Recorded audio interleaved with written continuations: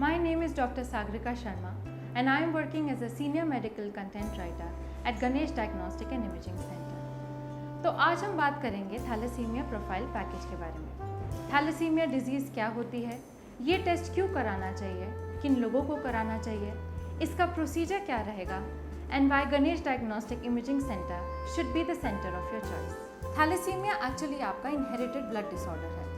इसमें आपका altered synthesis होता है ग्लोबिन चेन्स का। आपकी अल्फा चेन्स होती है, बीटा और डेल्टा चेन्स होती हैं। इनका अक्यूमुलेशन या सिंथेसिस में अगर कोई प्रॉब्लम हो, फॉर एग्जांपल कोई एक चेन डिमिनिश्ड हो, तो ये आपका प्रॉब्लम क्रिएट कर सकता है और ये आपकी प्रोजेनी में या आपके नेक्स्ट जनरेशन में भी ट्रांसफ़र हो सकता है। तो अब जान लेते हैं कि किन लोगों को इसका टेस्ट कराना चाहिए। अगर आपके ये साइंस एंड सिम्टम्स देखा जाता है तो आप प्लीज़ अपने टेस्ट कराएं।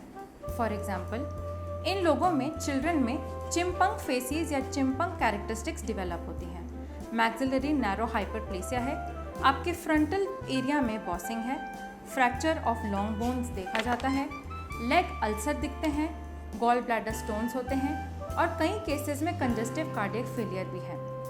कुछ बाकी सिम्टम्स भी हैं जैसे कि dizziness, shortness of breath, nausea, vomiting और चेस्ट पेन भी फील हो सकता है। ऐसे सिम्टम्स जो नॉर्मल एक वायरल इन्फेक्शन में भी फील होते हैं। तो आइए इसके टाइप्स जान लेते हैं। जैसे कि मैंने मेंशन किया, ये आपका अल्फ़ा, बीटा और डेल्टा भी हो सकता है। अल्फ़ा के केस में आपके जीन्स इफेक्ट होंगे क्रोमोसोम पर, जैसे कि HbA1 और HbA2। इस केस में जितनी ज़्यादा सिविरिटी आपकी मानी जाएगी, जितना डिमिनिश्ड सिंथेसिस होगा आपकी अल्फ़ा चेन्स का। बीटा में सेम ही लागू होता है। बीटा चेन्स का जितना डिमिनिश्ड प्रोडक्शन होगा वो आपका बीटा माना जाएगा। इस केस में आपका क्रोमोसोम 11 है और HBB जीन है। अराउंड 3% जो होता है वो आपकी अल्फा एंड डेल्टा चेन से बनता है। तो डेल्टा थैलेसीमिया भी कुछ लोगों में पाया जाता है। इसका जो फैशन है ऑफ इनहेरिटेंस वो ऑटोसोमल रिसेसिव है इन मैनर। इसके अलावा ये अल्फा, बीटा, डेल्टा के अलावा माइनर और मेजर भी होते हैं। मेजर के केस में पेशेंट इनहेरिट करता है आपका gene from both affected parents, और माइनर के केसेस में वो इनहेरिट करता है ओनली फ्रॉम वन पेरेंट जो कि अफेक्टेड था। थैलेसीमिया को दूसरे नाम से भी जाना जाता है जिसको कहते हैं कूलीज अनीमिया। इस केस के डायग्नोसिस में आपका ब्लड टेस्ट लिया जाएगा या ब्लड सैंपल होगा। उसको वेनिपेंचर कहते हैं, जिसमें blood will be extracted from your arm when.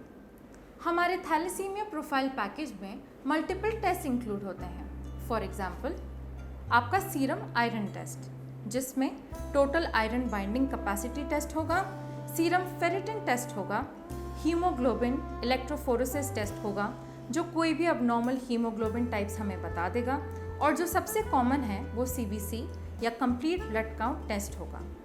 जैसे कि हमने बताया, ये एक टाइप ऑफ अनीमिया है, कूलीज अनीमिया। इस केस में आपकी बॉडी में हीमोग्लोबिन की भी कमी हो सकती है, इसलिए मैनेजमेंट और ट्रीटमेंट के लिए आपको supplemental vitamin B and folic acid prescribe किया जाएगा डॉक्टर से।